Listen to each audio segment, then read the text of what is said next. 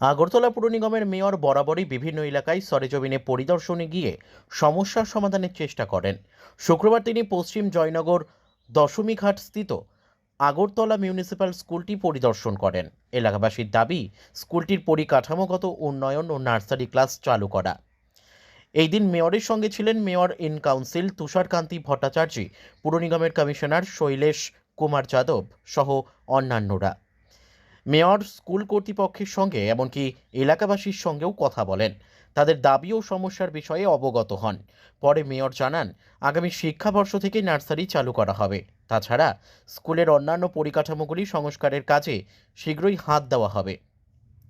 প্রসঙ্গত, আগরতলা মিউনিসিপ্যাল স্কুলটি ইংরেজি মাধ্যম। 1999 সাল থেকে এর যাত্রা শুরু হয়। আমরা নিয়েছি এখানে এলাকার লোকের দাবি অনুযায়ী বা কর্পোরেটর আমাদেরকে আবেদন করেছেন যে এটাতে নার্সারি শুরু করা। তো আমরা আগামী শিক্ষাবর্ষ থেকে নার্সারি 1 এবং 2 আমরা শুরু করবো।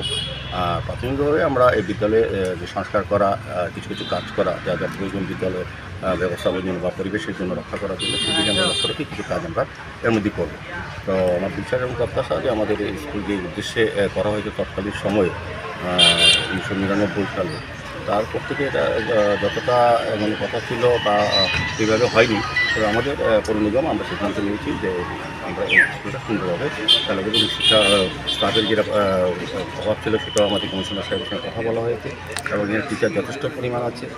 কাজেই সার্বিকভাবে আমাদের পৌর নিগম এবং রাজ্য শিক্ষা দপ্তরের মন্ত্রীর সঙ্গে আমার কথা হয়েছে, মুখ্যমন্ত্রীর সঙ্গে কথা হয়েছে। উনিও চাইছেন বিদ্যালয়টা সুন্দরভাবে পরিচালনা করার মাধ্যমে যাতে এই এলাকার সুযোগ পাস করে দিতে পারে। Bureau report, news daily Bharat.